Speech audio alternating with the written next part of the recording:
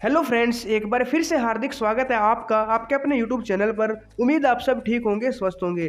दोस्तों, आज की वीडियो आपके लिए बहुत ही ज़्यादा इंपॉर्टेंट होने वाली है अगर आप सीएचएस एंट्रेंस एग्जाम की तैयारी कर रहे हो, क्योंकि इस वीडियो में दोस्तों मैं आपके लिए इंग्लिश के कुछ मोस्ट इंपॉर्टेंट क्वेश्चन लेकर आया हूँ। टोटल 30 क्वेश्चन है और अगर आप दोस्तों इन 30 क्वेश्चन में से 25 क्वेश्चन का बिल्कुल सही जवाब दे देते हो तो इसका मतलब दोस्तों आपकी तैयारी बहुत ही अच्छी चल रही है और आप आसानी से दोस्तों एंट्रेंस एग्जाम को क्रैक कर सकते हो। ये दोस्तों हमारा प्रैक्टिस सेट फर्स्ट है। इसके बाद और भी मैं आपके लिए बहुत सारे इंपॉर्टेंट क्वेश्चन लेकर आने वाला हूं। तो अगर अभी तक आपने दोस्तों चैनल को सब्सक्राइब नहीं किया है तो चैनल को सब्सक्राइब करके बेल आइकन जरूर प्रेस कर देना, ताकि जब भी मैं आपके लिए और ज्यादा इंपॉर्टेंट क्वेश्चन लेकर आऊं तो उनकी नोटिफिकेशन आपके पास सबसे पहले पहुंच जाए। तो चलिए दोस्तों वीडियो को करते हैं स्टार्ट। और ये रहा दोस्तों क्वेश्चन फर्स्ट आपके सामने। क्वेश्चन फर्स्ट है दोस्तों, it is a month since the holidays dash. It is a month since the holidays dash, यानी कि इट इज ए मंथ यानी कि लगभग एक महीना हो गया है। सिंस द हॉलीडेज डैश, जब से छुट्टियां हुई हैं, ये शुरू हुई हैं। यहाँ पे बिगिन लिखा है, यानी बिगिन आएगा, ये मे बिगिन आएगा, ये हैव बिगिन आएगा, ये विल बिगिन, यानी जब से छुट्टियां हुई हैं, ठीक है ना, तो एक महीना हो गया है। तो यहाँ पे आपको बताना है कौन सा ऑप्शन सही आएगा। बिगिन आएगा, मे बिगिन आएगा, या फिर हैव बिगन, या फिर विल बिगिन आएगा। दोस्तों आपको थोड़ा सेंस समझना है। बिगिन जो कि सेकंड फॉर्म होती है वर्ब की, वो तब आती है जब दोस्तों यहाँ पे पास्ट का टेंस हो। पास्ट इंडेफिनिट में दोस्तों सेकंड फॉर्म आती है, लेकिन यहाँ पे दोस्तों आप देख सकते हो कोई ऐसी सेंस नहीं बनी, तो ये तो नहीं आएगा। मे बिगन, इसका भी दोस्तों यहाँ पे सेंस नहीं बन रहा। It is a month since the holidays may began, ये भी दोस्तों यहाँ पे सेंस नहीं है, तो ये भी नहीं होगा। यहाँ पे दोस्तों आएगा आपका have begun.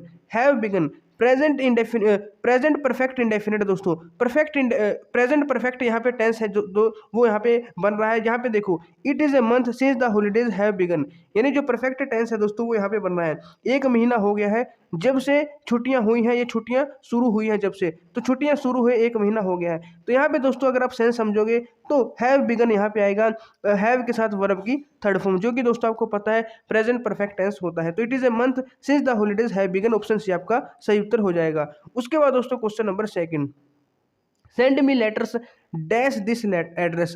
Send me letters dash this address, तो आपको बताना है बाय दिस एड्रेस होगा, टू दिस एड्रेस होगा, इन दिस एड्रेस होगा, या फिर ऑन दिस एड्रेस होगा। तो आपको बताना है दोस्तों इसका सही उत्तर क्या होगा। सेंड मी लेटर्स यानी मुझे लेटर्स भेजो इस पते पर, तो इस पते पर लेटर भेजने हैं, तो उसके लिए हम क्या कौन से यहाँ पे प्रीपोजिशन यूज करेंगे। दोस्तों आपको पता है बाय और इन तो बिल्कुल भी नहीं होगा, या तो टू होगा या फिर ऑन होगा, टू दिस एड्रेस या फिर ऑन दिस एड्रेस। लेकिन आपको ध्यान में रखना दोस्तों, जब भी यहाँ पे send me letters dash this address, यानी दिस एड्रेस से पहले क्या लगता है, ऑन लगता है, तो send me letters on this address होगा, ना कि टू दिस एड्रेस, ठीक है ना। तो ऑन यहाँ पे ऑप्शन डी आपका सही उत्तर हो जाएगा। उसके बाद दोस्तों question number three. Question number three क्या है, dash my money has been spent there is nothing left, यानी कि dash money has been spent, dash जो मेरी मनी है वो क्या है, स्पेंट हो चुकी है, यानी खर्च हो चुकी है। देर इज नथिंग लेफ्ट, तो अब मेरे पास कुछ भी नहीं बचा, कुछ भी नहीं बचा। तो सम मनी, कुछ पैसे खर्च हो गए हैं और अब मेरे पास कुछ भी नहीं बचा। दोस्तों कुछ भी नहीं बचा, इसका मतलब तो जितने थे सभी क्या है, खर्च हुए होंगे, है ना। अगर आप इसकी सेंस समझो कि डैश मनी, डैश पैसे मेरे खर्च हो चुके हैं, अब मेरे पास कुछ नहीं बचा, कुछ भी नहीं बचा है। तो कुछ भी नहीं बचा, कब नहीं बचेगा, जब सारा खर्च होगा। तो सारे का मतलब दोस्तों यहाँ पे क्या आ सकता है, या तो टोटल मनी आएगा या all money. Total my money has been spent there is nothing left, या फिर all my money has been spent there is nothing left. अगर आप दोस्तों ध्यान से देखोगे, टोटल में यहाँ पे सेंस नहीं बन रहा है, टोटल में कोई सेंस नहीं बन रहा है। यहाँ पे दोस्तों ऑल आएगा, all my money has been spent there is nothing left, यानी सारी का सारा जो मेरा पैसा है वो खर्च हो गया है, कुछ भी नहीं बचा है अब, ठीक है ना। तो ऑल मनी का यहाँ पे सेंस बन रहा है, तो ऑप्शन डी वाला यहाँ पे आपका सही हो जाएगा। तो थोड़ा आपको सेंस भी समझनी है, ठीक है ना, इससे बहुत सारे क्वेश्चन आपके सही हो जाएंगे। यहाँ पे देखो question number four, don't keep it near the fire dash it will catch fire, यानी इसे आग के पास मत रखो, ठीक है ना, आग के पास ना रखें, dash it will catch fire, यह आग को पकड़ लेगा। तो यहाँ पे अगर दोस्तों हिंदी में देखें कि आग के पास ना रखो, अदरवाइज, या फिर वरना ये क्या है, आग को पकड़ लेगा। तो यहाँ पे दोस्तों अपोजिट सेंस है, तो एंड तो नहीं आएगा, एंड अपोजिट में नहीं आता, ठीक है ना। बट इट विल कैच, परंतु वाला यहाँ पे दोस्तों सेंस नहीं बन रही, परंतु नहीं आएगा। और इट विल कैच, दोस्तों और का जो सेंस है ना, जैसे अदरवाइज का सेंस आता है वरना, तो वहाँ पे हम और का भी यूज कर लेते हैं। तो यहाँ पे दोस्तों और आएगा, क्या आएगा यहाँ पे और, कैसे, don't keep it near the fire, इसे आग के पास नहीं रखो, मत रखो, और इट विल कैच फायर, वरना ये क्या है दोस्तों, नहीं तो ये मतलब कि आग को पकड़ लेगा या आग को पकड़ लेगी, अगर वो कोई भी चीज़ हुई आग को पकड़ लेगी या पकड़ लेगा, ठीक है ना। तो और यहाँ पे आ जाएगा, ठीक है ना। जब भी ऐसा सेंस होता है वरना वाला, अदरवाइज वाला, तो वहाँ पे हम और का यूज़ कर लेते हैं, तो ऑप्शन सी आपका सही उत्तर हो जाएगा। उसके बाद दोस्तों question number 5, I avoid dash to him, I avoid to talk to him, या I avoid talked to him, या I avoid talking to him, या I avoid talk to him. तो यहाँ पे आपको बताना है सही ऑप्शन क्या होगा। दोस्तों अगर आपको पता हो आई अवॉइड, पहले इसका मतलब समझिए, I avoid dash to him, talk to him, ये जो भी आएगा यहाँ पे, यानी कि मैं उससे बात करने से बचता हूँ, मेन ये है कि अवॉइड करता हूँ। तो आई अवॉइड यहाँ पे दोस्तों क्या आएगा, वर्ब की फर्स्ट फॉर्म प्लस के आईएनजी आएगा, वर्ब की फर्स्ट फॉर्म प्लस आईएनजी, यानी talk plus ING, talking. I avoid talking to him आएगा, I avoid talking to him होता है, तो ऑप्शन सी आपका यहाँ पे सही उत्तर हो जाएगा, तो ये भी आपको ध्यान में रखना है। उसके बाद क्वेश्चन नंबर 6, क्वेश्चन नंबर 6 है दोस्तों, मिस स्पेल्ड वर्ड आपको चुनना है, एकोमोडेट। तो ये भी दोस्तों एक मैंने वीडियो डाली हुई है स्पेलिंग की भी, ठीक है ना। तो ये भी, इससे भी दोस्तों आपके क्वेश्चन आते हैं स्पेलिंग से, तो ये भी एक इंपॉर्टेंट टॉपिक है, आपको पता होना चाहिए दोस्तों सही स्पेलिंग क्या है किसी भी वर्ड की। तो एकोमोडेट तो दोस्तों यहाँ पे बिल्कुल सही लिखा है। एक्वेंटेंस यानी कि AQUAINTANC ही, तो ये भी बिल्कुल सही है, यहाँ पे ए ही आता है। एक्नोलेजमेंट ACKNOLEDGE, ई भी आएगा दोस्तों यहाँ पे। एक्नोलेजमेंट में दोस्तों यहाँ पे ई भी आता है, एक्नोलेजमेंट में ई आता है, ये वाली हमारी गलत है। आर्ग्यूमेंट बिल्कुल सही है, तो सी वाला दोस्तों यहाँ पे गलत लिखा है। एक्नोलेजमेंट में दोस्तों नॉलेज में जी और एम के बीच में ई आएगा, तो ऑप्शन सी आपका यहाँ पे सही होगा, ठीक है ना। उसके बाद देखते हैं क्वेश्चन नंबर 7, क्वेश्चन नंबर 7 है, which of the flowing spellings is correct, इसमें से कौन सी स्पेलिंग है जो करेक्ट है। सबसे पहला है दोस्तों एम्ब्रेस, यहाँ पे एक ही वर्ड है दोस्तों एम्ब्रेस, लेकिन स्पेलिंग अलग अलग है। यहाँ पे BA मतलब EMBARRAS है, यहाँ पे बी तक तो सेम है, AR तक भी सेम है। यहाँ पे single R single S, single R double S, double R double S, यानी कि आर और एस का खेल है दोस्तों। Double R single S, single single, single double, double double. तो आपको ये देखना है कि आर और एस डबल आएंगे सिंगल आएंगे। दोस्तों एम्ब्रेस की जो स्पेलिंग होती है उसमें आर और एस दोनों डबल आते हैं, तो ऑप्शन डी वाला आपका यहाँ पे सही उत्तर हो जाएगा।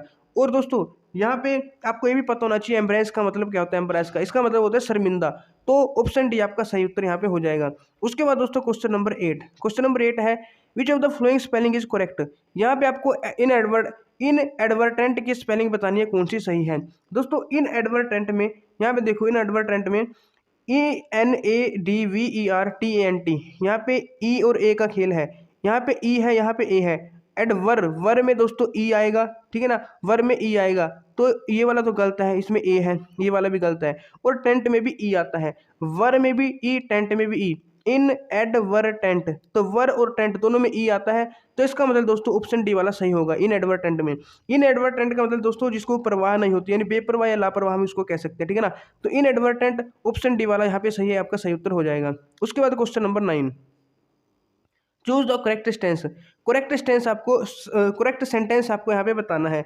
ही went to work despite his illness, he went to work despite of his illness, he went to work despite in his illness, he went for work despite in his illness. तो यहाँ पे आपको बताना है यहाँ पे क्या होगा, यानी कि यहाँ पे अगर आप देखें तो मतलब ऐसा है, he went to work despite his illness, यानी कि अपनी इलनेस यानी बीमारी के बावजूद भी वो क्या है, काम पर चला गया। ही वेंट टू वर्क यानी काम पर चला गया बीमारी के बावजूद भी। तो यहाँ पे दोस्तों कौन सा आपको बताना सही है, अकेला डिस्पाइट आएगा, ये डिस्पाइट ऑफ आता है, ये डिस्पाइट इन आता है, ये फिर फोर आके फिर डिस्पाइट इन आएगा। तो दोस्तों यहाँ पे आपको पता होगा ओनली क्या आएगा, यहाँ पे डिस्पाइट आएगा, ओनली क्या आएगा, despite. He went to work despite his illness आएगा, क्या आएगा, डिस्पाइट हिज इलनेस। इसका मतलब दोस्तों ऑप्शन ए वाला आपका यहाँ पे सही हो जाएगा। उसके बाद देखते हैं क्वेश्चन नंबर 10, क्वेश्चन नंबर 10 क्या है दोस्तों, एंटोनिम। मैजेस्टिक का एंटोनिम आपको बताना है।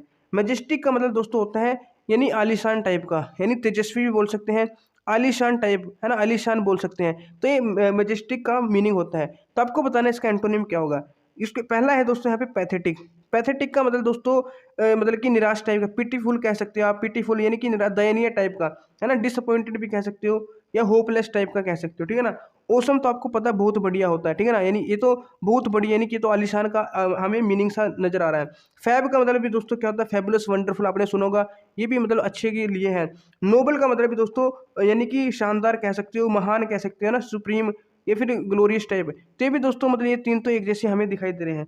आलीशान यानी कि तेजस्वी, इसका अपोजिट दोस्तों हमें पैथेटिक में नजर आ रहा है, क्योंकि इनका तो मीनिंग एक जैसा सा है, वंडरफुल है ना, बहुत बढ़िया टाइप का इनका मीनिंग है। ये तो दोस्तों इसके क्या है, सिनोनिम के जैसे लग रहे हैं, यानी कि इनके जो मीनिंग है इसके मैच खा रहा है। लेकिन पैथेटिक दोस्तों इससे अपोजिट है, ठीक है ना। पैथेटिक का मतलब दोस्तों क्या होता है, होपलेस, डिसअपॉइंटेड, समझ सकते हो, निराश, दयनीय टाइप का ना। तो आलीशान से अपोजिट है दयनीय यानी निराश, तो ऑप्शन ए वाला आपका यहाँ पे मैजेस्टिक का एंटोनिम हो जाएगा। उसके बाद क्वेश्चन नंबर 11, बहुत ही ईजी क्वेश्चन है दोस्तों यहाँ पे। He is dash one eyed man, तो डैश वन आइड आर्टिकल का क्वेश्चन है, ए एन या द या नो आर्टिकल, इसमें से बताना क्या आएगा दोस्तों। ही इज डैश, यहाँ पे देखो दोस्तों ए और एन कब आता है, जब दोस्तों आपको पता होगा जब साउंड वोवल होती है। साउंड कैसी होती है, वोवल, तो वोवल या वाउल भी बोल देते हैं इसको, वाउल साउंड होती है जब, तब दोस्तों एन आता है, तब क्या आता है एन। लेकिन जब साउंड कौन सी होती है, कॉन्सोनेंट, जब साउंड दोस्तों व्यंजन की आवाज, व्यंजन वाली साउंड आती है, तब दोस्तों क्या आता है, ए लगता है।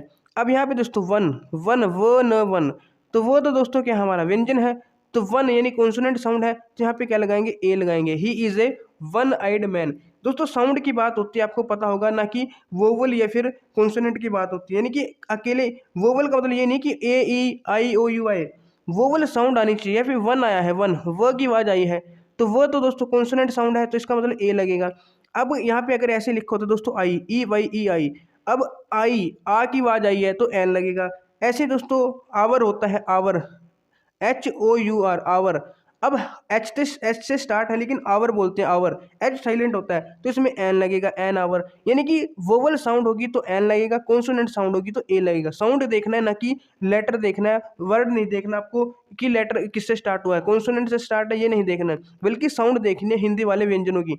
ऐसे बड़ंग खाली तक आवाज आई है तो एन लगा दो, क से लेके ग तक आवाज आएगी तो ए लगा दो, ठीक है ना, ये आपको चेक करना है। उसके बाद question number 12, last Saturday I dash at home, last Saturday यानी कि लास्ट जो सैटरडे था, पिछले शनिवार, मैं अब यहाँ पे देखो दोस्तों लास्ट सैटरडे, जहाँ भी आपको लास्ट सैटरडे या लास्ट मंथ, लास्ट के बाद किसी डे का नाम या लास्ट के बाद किसी मंथ का नाम दिख जाए तो समझ जाना दोस्तों present, sorry past indefinite tense का यहाँ पे यानी वर्ब की सेकंड फॉर्म यूज होगी। पास्ट इंडेफिनेट टेंस है यानी कि पास्ट का टेंस है, तो वर्ब की सेकंड फॉर्म यहाँ पे लगेगी।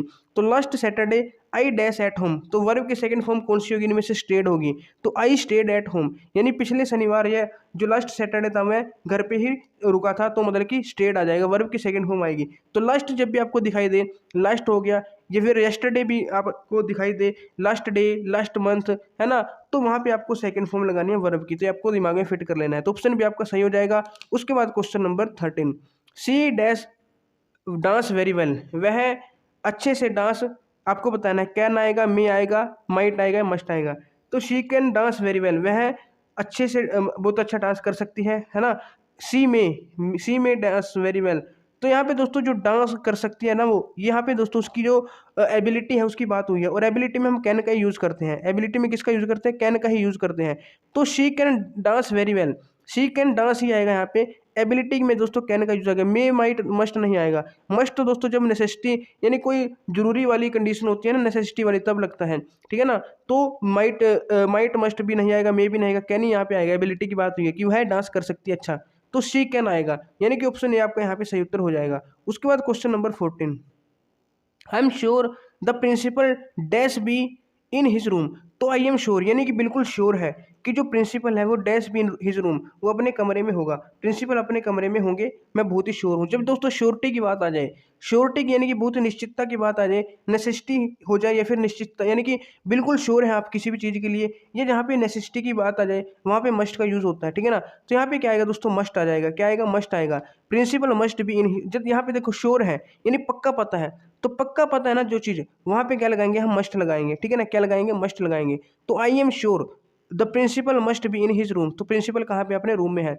अगर दोस्तों यहाँ पे मस्ट नहीं दिया होता तब हम दोस्तों यहाँ पे माइट भी लगा सकते थे, अगर यहाँ पे मस्ट नहीं दिया होता, ठीक है ना।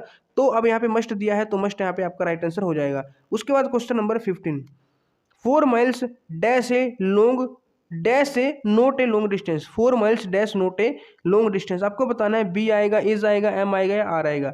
4 माइल्स यानी कि 4 मील की दूरी, नोट ए लॉन्ग डिस्टेंस यानी कि एक लंबी दूरी नहीं है, 4 मील की दूरी लंबी दूरी नहीं है, तो यहाँ पे सिंगुलर है ये 4 माइल्स देख के आपको ये नहीं लगाना है कि 4 माइल्स यानी कि एस लगा है तो 4 मील दूरी है दोस्तों, ये सिंगुलर ही होती है। जैसे 3 किलोमीटर की दूरी, 5 किलोमीटर की दूरी, 10 किलोमीटर की दूरी, तो है तो ये सिंगुलर ही। तो सिंगुलर वर्ब यहाँ पे आएगी जो कि क्या होता है इज। एम तो बिल्कुल भी नहीं लगेगा, आपको पता ही के साथ लगता है, बी भी नहीं लगेगा। आर यहाँ पे कुछ बच्चे आर लगा सकते हैं इसको प्लूरल समझ के माइल्स, लेकिन दोस्तों दूरी है जो, अब डिस्टेंस है ये सिंगुलर होगी, 4 मील की हो चाहे 10 मील की हो चाहे 50 मील की हो, लेकिन ये सिंगुलर मानी जाती है तो इसके साथ सिंगुलर वर्ब आएगी इज। तो 4 miles is not a long distance आएगा, ऑप्शन बी वाला आपका सही उत्तर हो जाएगा। इसका खास ध्यान रखना, कभी कभी दोस्तों 5 किलोमीटर ऐसे लिख देते हैं, 5 km is not a long distance या इज ए लॉन्ग डिस्टेंस, तो यहाँ पे दोस्तों इज आएगा, आर नहीं लगाना, इसकी गलती नहीं करनी, ये रूल आपको ध्यान में रखना है इंग्लिश का, ठीक है ना। उसके बाद क्वेश्चन नंबर 16, क्वेश्चन नंबर 16 है दोस्तों, mister Rao is dash director of institute. यहाँ पे आपको बताना है ए एन द या फिर नो आर्टिकल, आर्टिकल का क्वेश्चन है क्या आएगा, mister Rao is dash director of the institute, तो ये तो दोस्तों आपको समझ में आ रहा होगा, mister Rao is the director आएगा, क्या आएगा, is the director, mister Rao is the director of the institute आ जाएगा, तो ऑप्शन सी वाला आपका सही हो जाएगा। उसके बाद क्वेश्चन नंबर 17, क्वेश्चन नंबर 17 है दोस्तों, for 3 hours 3 years I dash our country in all respects, यानी कि for 3 hours years, for 3 years यानी कि 3 साल से, I dash our country in all respects, मैं मतलब जो अपनी कंट्री है, ठीक है ना, अपना जो देश है, यानी कि उसकी इन ऑल रिस्पेक्ट्स यानी कि हर तरह से मैं अपने क्या, यहाँ पे दोस्तों वर्ब से पता चलेगा, जैसे सर्व की बात है, सर्व का मतलब सेवा करना है, यानी मैं अपने देश की क्या है हर तरह से क्या है सेवा कर रहा हूँ 3 साल से।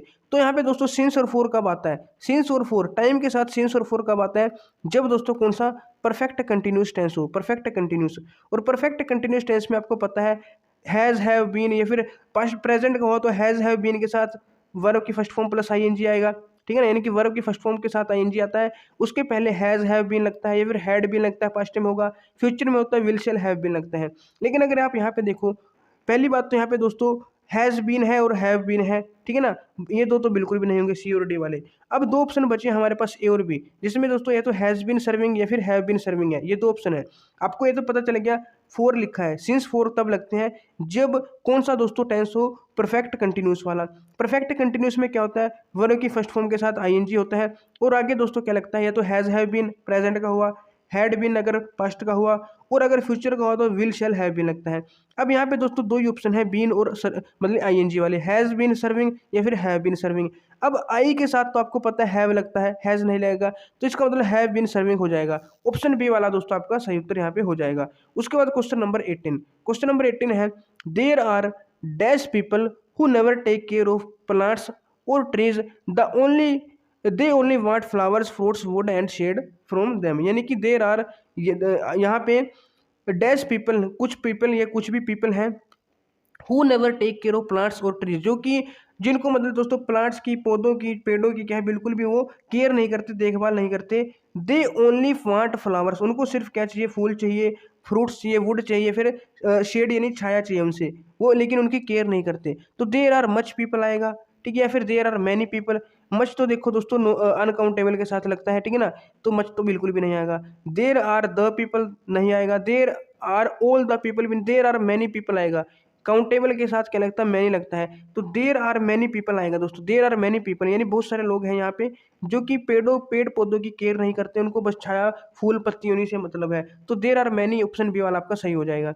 उसके बाद question number 19, did you know, क्या आप जानते हैं, dash our exam will start in the month of April और मई, क्या आप जानते हैं कि, जानते हैं उसके बाद क्या लिखते हैं कि जो हमारा एग्जाम है वो स्टार्ट होगा कब, मंथ ऑफ अप्रैल और मई, या तो अप्रैल में या फिर मई के मंथ में स्टार्ट होगा हमारा एग्जाम। तो क्या आप जानते हो की के लिए हम दैट का यूज़ करते हैं, तो सिंपल सी बात है ना, जैसे इनडायरेक्ट स्पीच में हम दैट लगाते हैं, तो दैट यहाँ पे डायरेक्ट आपका आंसर हो जाएगा, देखते हैं यहाँ पे पता चल रहा है, तो ऑप्शन सी वाला आपका सही हो जाएगा। उसके बाद क्वेश्चन नंबर 20, क्वेश्चन नंबर 20 है, all the students must sit dash the classroom for at least 2 hours as it is raining. देखो दोस्तों ध्यान से समझो, all the students must sit यानी सभी विद्यार्थियों को, ठीक है ना, जरूरी बैठना चाहिए, dash the classroom, classroom dash, ठीक है ना, classroom dash for at least 2 hours, कम से कम 2 घंटे तक एज इट इज रेनिंग, क्योंकि बारिश हो रही है। देखो दोस्तों, बारिश हो रही है, ठीक है ना, तो सभी बच्चों को बैठना चाहिए क्लासरूम। अब क्लासरूम यहाँ पे दो ऑप्शन देखो क्या है, आउटसाइड द क्लासरूम, क्लासरूम के बाहर। क्लासरूम के बाहर नहीं बैठना चाहिए क्योंकि बारिश हो रही है, तो बिल्कुल भी सेंस नहीं है। अपॉन द, ये फिर इनसाइड, इनसाइड द, अंदर बैठना चाहिए दोस्तों, बाहर नहीं। बारिश हो रही है तो बच्चों को दोस्तों कहाँ पे बैठना पड़ेगा, क्लासरूम के अंदर। अंदर यानी कि इनसाइड होगा दोस्तों, तो इनसाइड का मतलब अंदर होता है। ऑप्शन सी वाला दोस्तों आपका क्या हो जाएगा, सही हो जाएगा। तो थोड़ा सेंस भी आपको यहाँ पे समझनी है, ठीक है ना। तो इनसाइड ऑप्शन सी आपका सही हो जाएगा। उसके बाद question number 21, choose the correct passive voice sentence. Passive voice आपको चुनना है। हु टोट यू इंग्लिश, ठीक है ना। हु टोट यू इंग्लिश का मतलब भी कि आपको इंग्लिश किसने सिखाई, आप ऐसा समझ सकते हैं। तो इसका क्या बनेगा, इसका बनेगा दोस्तों हु टोट यू इंग्लिश का दोस्तों यहाँ पे बनेगा बाय होम आ जाएगा पहले तो। By home were you taught, were you, क्योंकि यू के साथ तो वर लगेगा, ठीक है ना। तो why home were you taught English, तो सीधा यहाँ पे why home were you taught English, option B वाला यहाँ पे सही हो जाएगा।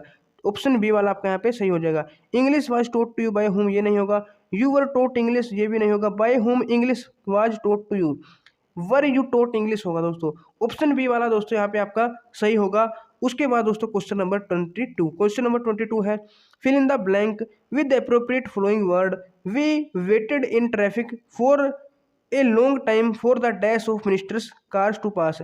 Fill in the blanks with appropriate, यहाँ पे एक वर्ड सेंटेंस लिखा है, we waited in traffic for a long time. हमने दोस्तों ट्रैफिक में बहुत ही लंबे समय तक इंतजार किया। For the dash of ministers car to pass, minister की जो कारें थी, मंत्री की जो कारें थी, उनके डैश को मतलब कि वो पास कर जाए, यानी कि वो निकल जाए उसके लिए। तो कारों का क्या होता है दोस्तों, ग्रुप होते हैं। कारों का क्या होता है, ग्रुप होता है। तो यहाँ पे ग्रुप आ जाएगा डायरेक्ट, ठीक है ना। कारों का कन्वेयर स्टैक क्राउड नहीं होता है, भीड़ थोड़ी होती है, भीड़ तो लोगों की होती है, कारों की थोड़ी भीड़ होती है। कारों का तो ग्रुप होता है, काफिला होता है। तो ग्रुप ऑफ मिनिस्टर्स कार, यानी कि कारों का काफिला आया था। तो ऑप्शन ए वाला दोस्तों ग्रुप आपका यहाँ पे सही हो जाएगा। उसके बाद question number 23, which one of which one among the given pairs is not example of homophone. Homophone दोस्तों जिनकी, जो ऐसे वर्ड होमोफोन होते हैं जिनकी दोस्तों क्या है, जो राइमिंग है या फिर जिनकी साउंड है सेम होती है, जिनकी प्रोनाउंसिएशन सेम होती है लगभग। जैसे फ्लोर, फ्लोर स्पेलिंग अलग है लेकिन जो प्रोनाउंसिएशन है वो सेम होती है, ऐसे को हम बोलते हैं होमोफोन्स, ठीक है ना। यहाँ पे देखो एयर, हेयर। अब दोस्तों फ्लोर, फ्लोर लगभग सेम से है, फ्लावर, फ्लावर, ठीक है ना। तो यहाँ पे तो सेम है। एयर और हेयर यहाँ पे तो अलग है, एयर और हेयर अलग अलग है। राई, राई ये ठीक है। आइडियल, आइडियल लगभग सेम है, लेकिन एयर और हेयर, ह भी आ गया बीच में, एयर और हेयर, हे ह भी आ गया। तो यहाँ पे दोस्तों क्या होमोफोन नहीं होंगे, ठीक है ना। होमोफोन नहीं होंगे, ऑप्शन बी वाले दोस्तों होमोफोन नहीं है, नोट कहना था। बाकी फ्लावर, फ्लोर, आइडियल, आइडल, राई, राई है ना, ये दोस्तों लगभग क्या है आपके होमोफोन है, लेकिन बी वाला नहीं है। ऑप्शन बी आपका सही उत्तर हो जाएगा यहाँ पे। उसके बाद question number 24, will you please water the plants when I am not here. Will you please, क्या आप कृपया, आप क्या आप please water the plants, water the plants यानी कि पानी को मतलब पेड़ पौधों को पानी दे सकते हो when I am not here, जब मैं यहाँ पे नहीं हूँ, ठीक है ना। अब यहाँ पे आपको क्या बताना है, to which part of speech the word water. अच्छा, वाटर बताना है, जो सेंटेंस में वाटर यूज हुआ है ये वाला, ये क्या है, वर्ब है, एडजेक्टिव है, नाउन है, ये एडवर्ब है। Will you please water the plants, water the plants ये वर्ब के रूप में यूज हुआ है कि पेड़ पौधों को पानी देने के लिए। वाटर द प्लांट्स का मतलब पेड़ पौधों को पानी देना, तो पानी देना नहीं कि वर्ब के रूप में यूज हुआ है। तो वर्ब यानी दोस्तों ऑप्शन है आपका यहाँ पे सही उत्तर हो जाएगा। और दोस्तों adjective, will you please water the plants, adjective तो यहाँ पे नहीं दिख रहा है, ठीक है ना। और जो प्लांट्स है यहाँ पे नाउन हो जाएगा आपका, क्या हो जाएगा, नाउन हो जाएगा। तो वाटर हमारा दोस्तों क्या है यहाँ पे इस सेंटेंस में वर्ब के रूप में यूज हो रहा है। अगर आप सिंपल वाटर पूछोगे तो वाटर दोस्तों क्या है यहाँ पे जो है नाउन भी होता है, लेकिन इस सेंटेंस में दोस्तों एक किसकी तरह यूज हो रहा है, वर्ब की तरह यूज हो रहा है, तो ये हमारा वर्ब हो जाएगा, ठीक है ना। अलग अलग, जैसे अगर मैं लिखूंगा water is hot, water is hot पानी क्या है, गर्म है, यहाँ पे दोस्तों ये नाउन है। लेकिन वाटर द प्लांट्स यानी कि प्लांट्स को पानी देना, प्लीज वाटर द प्लांट्स, ये दोस्तों वर्ब के रूप में यूज हो रहा है, तो वर्ब आपका ऑप्शन यहाँ पे हो जाएगा, ऑप्शन ए। उसके बाद question number 25, choose the antonym of the word pleased. Pleased का दोस्तों आपको क्या बताना है, एंटोनिम बताना है, इसका अपोजिट बताना है। प्लीज्ड का मतलब होता है दोस्तों खुश कह लो या फिर प्रसन्न कह सकते हो, ठीक है ना, हैप्पी कह लो, ठीक है ना। सेटिस्फाइड भी इसको बोल सकते हैं, ठीक है ना। तो सेटिस्फाइड तो इसका क्या हो जाएगा, मतलब सिनोनिम हो जाएगा। इम्पोलाइट, इम्पोलाइट का मतलब क्या होता है दोस्तों, इम्पोलाइट का मतलब दोस्तों एक होता है पोलाइट यानी कि बिल्कुल प्रेम पूर्वक, और इम्पोलाइट तो दोस्तों रूड हो गया, रूड टाइप का ना, यानी कि एक अभद्र टाइप से का। तो इम्पोलाइट तो इसका मतलब कि नहीं होगा एंटोनिम डिससेटिस्फाइड। डिससेटिस्फाइड का मतलब दोस्तों जो संतुष्ट नहीं है, संतुष्ट नहीं है यानी कि असंतुष्ट है, और असंतुष्ट यानी कि लगभग खुश नहीं है यानी कि दुखी हो सकता है, ठीक है ना। उसके बाद जोयस, जोयस का मतलब तो दोस्तों हैप्पी होता है यानी बहुत ज़्यादा खुश है कोई, उसको जोयस बोलते हैं। अब प्लीज्ड है, प्लीज्ड का मतलब खुश, जोयस का मतलब खुश, सेटिस्फाई भी लगभग इसी जैसा है। ये दोनों दोस्तों इसके क्या हो गए, सिनोनिम हो गए, तो ये तो नहीं हो गया, एंटोनिम ढूंढना है। तो डिससेटिस्फाइड का मतलब क्या होता है दोस्तों, यानी कि असंतुष्ट टाइप का यानी कि दुखी टाइप का। तो प्लीज्ड का मतलब क्या होता है कि खुश है बंदा, सेटिस्फाई है, तो इसका एंटोनिम दोस्तों यही हो जाएगा डिससेटिस्फाइड। ऑप्शन सी वाला आपका सही उत्तर हो जाएगा। उसके बाद question number 26, identify the pronoun type in the given sentence. अच्छा, इसमें दोस्तों प्रोनाउन ढूंढना है, और ढूंढने के बाद ये भी बताना है कौन सा है। The dog looked at itself in the mirror. The dog, dog तो क्या हो गया यहाँ पे, डॉग तो दोस्तों हमारा नाउन हो जाएगा। लुक्ड यहाँ पे दोस्तों क्या होगी, वर्ब होगी। Itself in the mirror, mirror भी नाउन है, इटसेल्फ दोस्तों यहाँ पे प्रोनाउन है, और इटसेल्फ है दोस्तों, ये हमारा दोस्तों कौन सा प्रोनाउन होता है। दोस्तों जो सेल्फ वाले होते हैं, इटसेल्फ, माई सेल्फ, है ना, ये दो प्रकार के होते हैं, एक तो रिफ्लेक्सिव होते हैं, ठीक है ना, और एक एम्फेटिक होते हैं। रिफ्लेक्सिव और एम्फेटिक, तो मतलब कि लास्ट के दो ऑप्शन तो कट हो गए, ठीक है ना। रिलेटिव में तो दोस्तों रिलेशन के लिए जैसे हु, हुम, हुज, किसका, उसका, जिसका ना, ये आते हैं रिलेटिव में। तो पॉजेसिव में दोस्तों जैसे कि मई वगैरह हो गया, मई, है ना, अवर, यूअर वाले आते हैं। एम्फेटिक में आते हैं दोस्तों इटसेल्फ वाले, itself, myself, yourself वाले, ठीक है ना। अब बात करते हैं कि डॉग है दोस्तों, वो क्या है, looked at itself in the mirror, mirror में अपने आप को देख रहा है, ठीक है ना। तो जब दोस्तों किसी बात पे बल दिया जाता है ना, तब वहां पे एम्फेटिक होता है। लेकिन कर्ता का कोई जो कार्य है उस पर प्रभाव पड़ रहा है, कर्ता जो भी मतलब नाउन है, जो सब्जेक्ट है, वो कोई कार्य कर रहा है, उस पर प्रभाव पड़ता है जब इस मतलब प्रोनाउन का, तब दोस्तों वो हमारा क्या होता है, तब वो हमारा होता है दोस्तों रिफ्लेक्सिव। तब क्या होता है, रिफ्लेक्सिव होता है। अब यहाँ पे देखो, the dog looked at itself in the mirror, तो जो डॉग है दोस्तों, वो क्या कर रहा है, खुद को देख रहा है, लुक्ड एट इटसेल्फ, यानी यहाँ पे जो सब्जेक्ट है उसका कार्य पे प्रभाव पड़ रहा है, ठीक है, यहाँ पे कोई और बात पे बल नहीं दिया जा रहा है। तो यहाँ पे दोस्तों क्या होगा, हमारा रिफ्लेक्सिव होगा। दो प्रकार के होते हैं दोस्तों ये सेल्फ वाले, एम्फेटिक भी और रिफ्लेक्सिव भी। एक तो दोस्तों जब यहाँ पे ऐसा होता, the dog it self dash, यानी डॉग के तुरंत बाद इट सेल्फ होता, तब वो एम्फेटिक होता है, यानी कि यहाँ पे जोर दिया जा रहा है, the dog it self do something, यानी डॉग खुद कुछ कर रहा है, तो ये हो गया दोस्तों एम्फेटिक, यहाँ पे जोर दिया जा रहा है। लेकिन dog looked at itself in the mirror, जो कुत्ता है वो अपने आप को मिरर में देख रहा है, अपने आप को मिरर में देख रहा है, यहाँ पे दोस्तों क्या होगा, रिफ्लेक्सिव हो जाएगा, एम्फेटिक नहीं होगा। तो सिंपल सी एक ट्रिक आपको बताता हूँ, जब भी दोस्तों नाउन के तुरंत बाद अगर सेल्फ वाले दिखे ना आपको, द डॉग इट सेल्फ होता, तब वो एम्फेटिक हो जाएंगे नाउन के तुरंत बाद, ज्यादातर केसेज में यही होता है, ठीक है ना।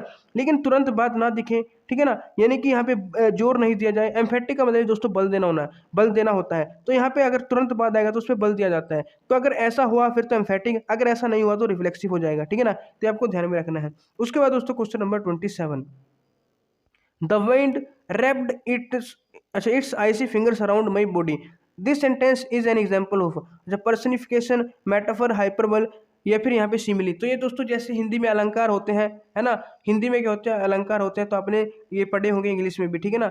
अब यहाँ पे आपको क्या बताना है दोस्तों, देखो यहाँ पे लिखा है the wind wrapped its icy finger around my body, यानी वाइंड का मतलब दोस्तों हवा, हवा ने क्या किया, अपने जो आइसी फिंगर्स थे वो मेरे चारों तरफ क्या है, रैप कर लिए, यानी कि लपेट दिए। तो मतलब दोस्तों आपने एक अलंकार पढ़ा होगा हिंदी में, जिसको हम क्या बोलते हैं दोस्तों, जिसको हम बोलते हैं मानवीकरण, क्या बोलते हैं, मानवीकरण। तो आपने एक अलंकार हिंदी में पढ़ा होगा। अब दोस्तों जो वाइंड है ना, हवा है, उसको यहाँ पे क्या दिखाया गया है कि उसने जो अपने जो आइसी मतलब फिंगर्स है, आइसी जो फिंगर्स है वो क्या है, मेरे चारों तरफ, मेरी बॉडी के चारों तरफ लपेट दिए हैं। तो यहाँ पे दोस्तों अगर आप ध्यान से देखोगे तो मतलब कि एक मानवीकरण अलंकार का यहाँ पे यूज किया गया है। और मानवीकरण जो अलंकार हिंदी में आपने पढ़ा होगा, इंग्लिश में उसको क्या बोलते हैं, उसको ये दोस्तों इंग्लिश में क्या बोला जाता है, पर्सनिफिकेशन बोला जाता है। क्या बोला जाता है, पर्सोनिफिकेशन। तो पर्सोनिफिकेशन दोस्तों यहाँ पे इस सेंटेंस में जो एग्जाम्पल है वो पर्सोनिफिकेशन का है। और दोस्तों मेटाफर आपने पढ़ा होगा, जैसे हिंदी में रूपक अलंकार होता है ना, रूपक अलंकार दोस्तों जो ये है ना, हिंदी में इनको फिगर ऑफ स्पीच बोलते हैं। क्या बोलते हैं, फिगर ऑफ स्पीच। तो हिंदी में जिस तरह अलंकार जैसे अलंकार होते हैं तो वो फिगर ऑफ स्पीच होते हैं। तो पर्सनिफिकेशन दोस्तों इसका राइट आंसर हो जाएगा। मेटाफर की बात करें, जैसे दोस्तों जो रूपक अलंकार आपने पढ़ा होगा, है ना, रूपक अलंकार आपने पढ़ा होगा, जिसमें दोस्तों एक तो उपमा अलंकार था जो कि सिमिली वाला होता है, और एक रूपक होता है जिसको दोस्तों मेटाफर बोलते हैं। यानी कि सिमिली में तो क्या होता है दोस्तों, इसमें दोस्तों कंपेयर किया जाता है, क्या किया जाता है, कंपेयर किया जाता है, जैसे चांद सा मुख, है ना, चांद सा मुख, मुख है ना, चांद सा मुख, तो वो सिमिली वाला हो जाएगा उपमा। लेकिन जब दोस्तों चांद सा मुख ना कह के चांद मुखी मतलब सीधा कह देते चंद्रमुख बोल देते हैं, है ना, कि यू आर मून, आप चांद हो, तो सीधा ही बोल दिया कि यू आर मून, तो वहां पे दोस्तों क्या हो जाएगा, मेटाफर, क्या हो जाएगा, मेटाफर। और बात करें दोस्तों हाइपरबोले, हाइपरबोले का मतलब दोस्तों जैसे आपने अतिशयोक्ति अलंकार पढ़ा होगा जिसमें बढ़ा चढ़ाकर बोलते हैं, जैसे हनुमान की पूंछ में लग न पाई आग, अलंका सिंगरी जल गई गए निशाचर बाग, तो वो दोस्तों अतिशयोक्ति, बढ़ा चढ़ाकर कोई कहना, ठीक है ना, तो बढ़ा चढ़ाकर कुछ कह देना वो हमारा हाइपरबोले कहलाता है। हाइपर कर देना यानी बहुत ही ज़्यादा हाई, बहुत ही ज़्यादा बढ़ा चढ़ा देना। तो इसमें दोस्तों क्या है, मानवीकरण वाला अलंकार यूज हुआ जिसको इंग्लिश में, जिसको मतलब इंग्लिश में क्या होता है, पर्सोनिफिकेशन होता है, ठीक है ना। तो इस प्रकार आप हिंदी से रिलेट करके इसको पढ़ सकते हो, ऑप्शन आपका सही उत्तर हो जाएगा। उसके बाद question number 28, how many syllables are there in the word pronunciation. Pronunciation में दोस्तों कितने सिलेबल्स हैं आपको बताने हैं। तो अगर आपको दोस्तों इनकी नॉलेज है फिर तो आप आसानी से बता सकते हो। यानी कि जो सिलेबल्स होते हैं उनका क्या चक्कर होता है दोस्तों, जो मतलब कि वोवल की साउंड है वो कितनी बार आई है बीच में रुक के, जैसे इसको अगर हम पढ़ोगे प्रोनाउंसिएशन, तो प्रोनाउंसिएशन, प्रोनाउंसिएशन, तो ऐसे पढ़ेंगे प्रोनाउंसिएशन। तो यहाँ पे दोस्तों कितने सिलेबल्स है इसमें, 1 2 3 4 5 हो जाएंगे। जैसे प्रोनाउंसिएशन, तो प्रोनाउंसिएशन बोलते हैं, तो लगभग दोस्तों यहाँ पे अगर आप ध्यान से देखोगे तो कितने यहाँ पे सिलेबल्स है, 5, तो ऑप्शन डी वाला आपका सही उत्तर हो जाएगा। दोस्तों ये तभी आपको समझ में आएगा जब आपको सिलेबस के बारे में नॉलेज है, और ये वाला क्वेश्चन भी तभी आपको समझ में आएगा जब आपने दोस्तों जो ये फिगर ऑफ स्पीच पढ़ा हो, ठीक है ना, अदरवाइज दोस्तों आपको समझ में नहीं आएगा। तो एक बार इसको जरूर देख लेना अच्छे से, ठीक है ना, तब आपको दोस्तों ये समझ में आएगा।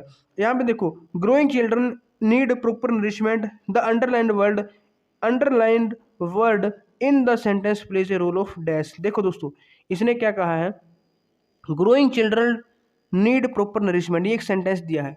इस सेंटेंस में दोस्तों ग्रोइंग को किया है अंडरलाइन, और आपसे पूछा जो अंडरलाइन वर्ड है वो क्या है, एडवर्ब है, वर्ब है, नाउन है, एडजेक्टिव है।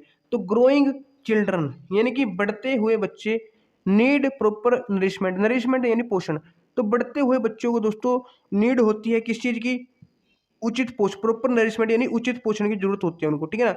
अब दोस्तों चिल्ड्रन तो हमारा नाउन है, चिल्ड्रन क्या है, नाउन। अब यहाँ पे बच्चों को दोस्तों क्या है, उचित पोषण की जरूरत है, लेकिन कैसे बच्चों को, कैसे बच्चों को जरूरत है, ग्रोइंग बच्चों को, बढ़ते हुए बच्चों को। तो जो ग्रोइंग वर्ड है दोस्तों ये चिल्ड्रन के बारे में एक्स्ट्रा इन्फॉर्मेशन दे रहा है, चिल्ड्रन के बारे में हमें एक्स्ट्रा इन्फॉर्मेशन दे रहा है, यानी कि चिल्ड्रन की कोई विशेषता बताएगी, कौन से बच्चे, ग्रोइंग बच्चे। तो यानी कि जब किसी नाउन की या प्रोनाउन की विशेषता बताते हैं कोई वर्ड, है ना, नाउन को या फिर किसी प्रोनाउन को क्वालिफाई करते हैं, उनको दोस्तों हम क्या कहते हैं, एडजेक्टिव कहते हैं, विशेषण कहते हैं। तो ऑप्शन डी वाला एडजेक्टिव आपका यहाँ पे राइट आंसर हो जाएगा। नाउन की बात करें तो चिल्ड्रन यहाँ पे नाउन हो जाएगा, नीड दोस्तों आपकी यहाँ पे वर्ब हो जाएगी, ठीक है ना, नीड क्या होगी, वर्ब हो जाएगी। तो आपको आना चाहिए दोस्तों, पार्ट्स ऑफ स्पीच भी आना चाहिए, इससे भी क्वेश्चन आपका बनता है, ठीक है ना। उसके बाद देखते हैं दोस्तों last question, question number 13, the kind of sentence given, अच्छा इन द गिवन स्टेटमेंट, आपको बताना है जो सेंटेंस दिया है, though he is poor he is honest, though he is poor he is honest, यानी कि हालांकि वह गरीब है वह ईमानदार है, होनेस्ट है, ईमानदार है। तो इसमें ये वाला आपको बताना है कि कंपाउंड सेंटेंस है, सिंपल है, इंटेरोगेटिव है या कम्प्लेक्स है। एक बात तो आपको पता है इंटेरोगेटिव तो नहीं है क्योंकि क्वेश्चन नहीं पूछा जा रहा है, सिंपल भी नहीं है, आपको हिंट दे रहा हूँ, सिंपल भी नहीं है क्योंकि यहाँ पे दो आ गए, ही is honest he is poor, दो आ गए, तो सिंपल भी नहीं है, या तो होगा कंपाउंड या होगा कम्प्लेक्स। और ये दोस्तों आपका होमवर्क का क्वेश्चन है, अब मैंने आपको हिंट दे दी है, इन दोनों में से आपको बताना है कौन सा है, कंपाउंड है कम्प्लेक्स है, कमेंट करके बताना है। साथ ही आपको बताना है कि 30 में से आपके कितने क्वेश्चन सही हैं। और दोस्तों वीडियो से कुछ सीखने को मिला तो लाइक शेयर जरूर करना, अगर अभी तक आपने चैनल को सब्सक्राइब नहीं किया है तो चैनल को सब्सक्राइब जरूर कर लेना, ताकि जो भी आगे इंपॉर्टेंट वीडियोज में डालूं उनकी नोटिफिकेशन आपके पास समय से पहुंच जाए। और दोस्तों हमारे अगर जो टेलीग्राम या व्हाट्सएप ग्रुप है अगर आपने वो ज्वाइन नहीं किए हैं तो आप दोस्तों डिस्क्रिप्शन में दिए लिंक से ज्वाइन कर सकते हो, वहाँ पे भी आपको अपडेट मिलती रहती है। तो मिलते हैं दोस्तों एक और नई वीडियो में, वीडियो देखने के लिए बहुत बहुत धन्यवाद। जय हिंद, जय भारत।